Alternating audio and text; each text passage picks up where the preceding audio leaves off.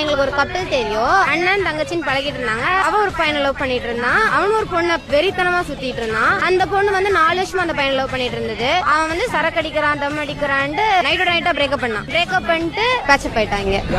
அண்ணன் கூட, அதாவது அண்ணன் வந்து வேற ஒரு பொண்ணை லவ் பண்ணிட்டு இருக்காரு.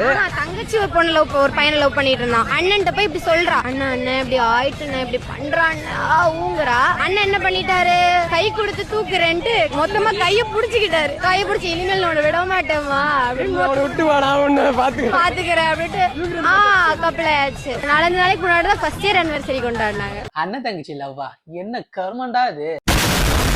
ஃபர்ஸ்ட் அண்ணன் தங்கச்சின்னு சொல்லிட்டு லவ் பண்றாங்க. இப்ப அது ட்ரெண்டிங்கா போயிட்டு இருக்குன்னு சொல்றதை நிப்பாட்டுங்க. தங்கச்சிங்கிறது ஒரு பயங்கரமான ஒரு உறவு. அது நீங்க பண்ற கேவலமான விஷயத்துக்கெல்லாம் யூஸ் பண்ணிக்காதீங்கன்னு சொல்லுங்க. தங்கச்சின்னு சொல்லிட்டு அந்த பொண்ணை எப்படா கையை பிடிச்சி கூப்ப, எங்கடா டேட்டிங் போவ, அண்ணன் சொல்லிட்டு எப்படிமா கல்யாணம் பண்ண அளவுக்கு வரையும் போறீங்க? இதெல்லாம் அசிங்கமாவே இருக்காதா?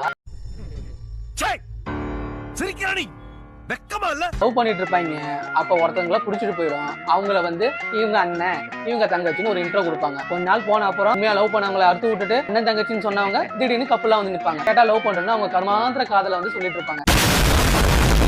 உங்க காவிய காதலுக்கு அண்ணன் தங்கச்சின்னு சொல்றதை விட பாய் பெஸ்டி கேர்ள் பெஸ்ட்னு சொல்லுங்கடா, உங்களுக்கு புண்ணியமா போகும்.